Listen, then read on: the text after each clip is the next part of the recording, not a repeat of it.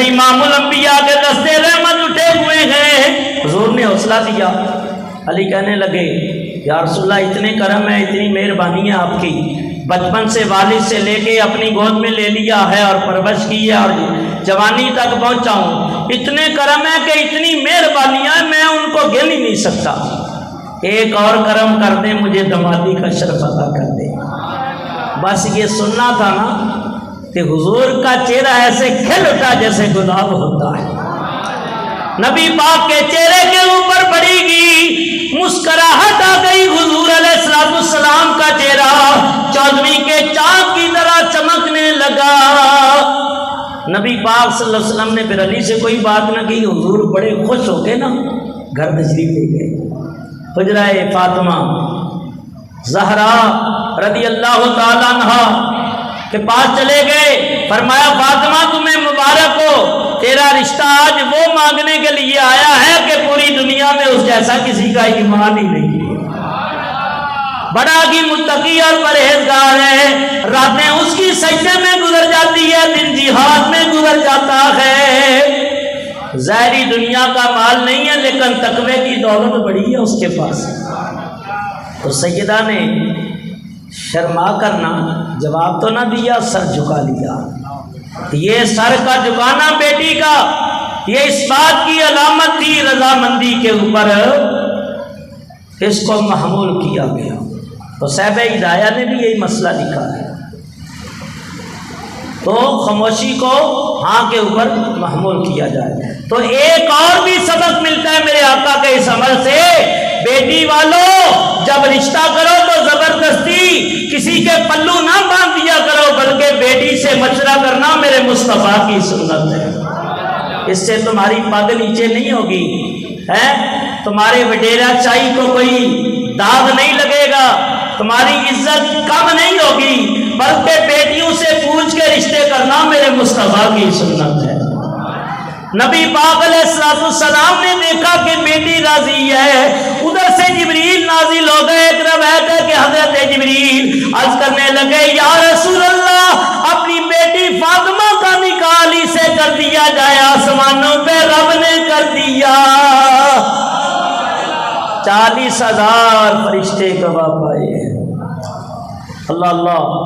حضرت علی سے حضور نے فرمایا بس سنو توجہ کرو، میں کہتا ہوں اگر یہ اسلام کے مطابق چلے نا تو یہ کوئی مسئلہ ہی نہیں ہے، سب بیٹیوں کے گھر آباد ہو جائیں۔ یہ جہیز کی لعنت ہے اور اتنی ڈیمانڈیں، لڑکے والے بھی کبھی لڑکی والے بھی، اور شادی کو اتنا مشکل کر دیا گیا ہے کہ غریب کی بیٹی غریب سوچتا ہی رہتا ہے بیٹی 40-50 سال کی ہو جاتی ہے لیکن گھر آباد، اور یہ ساری ہماری کمزوریاں ہیں۔ اس لیے اللہ کے حبیب علیہ السلام نے فرمایا سنو غور کے ساتھ اور توجہ کرو، صرف سننے تک نہیں کہ صابری کا بیان سن لیا بس بات بن گئی، نہیں، سیدہ فاطمہ الزہرا کا صدقہ خدارا اس پہ عمل بھی کرو۔ میرے آقا فرماتے ہیں ایک جب رشتہ دیکھنے جاؤ تو حسن نہ دیکھو، مال نہ دیکھو، بلکہ دینداری دیکھو۔ دینداری فرمایا حسن بھی ایک دن ختم ہونے والا ہے، مال بھی ختم ہو جائے گا، لیکن دینداری قبر میں بھی جائے گی، حشر میں بھی ساتھ ہوگی۔ اور فرمایا اگر دین کو فوقیت دو گے تو انشاءاللہ اس کی برکت سے دنیا بھی اچھی ہو جائے گی، دین بھی اچھا ہوگا۔ اور رشتہ دیکھو تو دیندار عورت کا دیکھا کرو۔ حضرت مولا کائنات علی مرتضیٰ شیر خدا فرماتے ہیں اگر ایک مرد دین سیکھتا ہے، علم سیکھتا ہے تو فرمایا وہ گھر کی دہلیز پہ چلا جاتا ہے، اور اگر ایک ماں دیندار ہو تو 7 نسلوں تک دین جاتا ہے۔ وہ ماں 7 نسلوں تک دین داری کے اندر ڈال کے تار دیتی ہے، کتنی بڑی نعمت ہے۔ اللہ سب کو عمل کی توفیق عطا فرمائے۔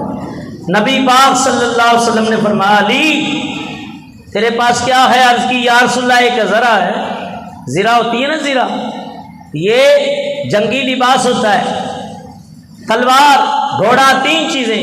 یا رسول اللہ بس یہی ہے۔ فرمایا علی تلوار نہ بیچو، تلوار کی بھی ضرورت ہے، گھوڑے کی بھی ضرورت ہے، زرہ بیچ دو یہ پھر آ جائے گی، اور جا کے تھوڑا شادی کا کھانے کا سامان لے آؤ۔ 400 مسکال چاندی حق مہر قرار پایا۔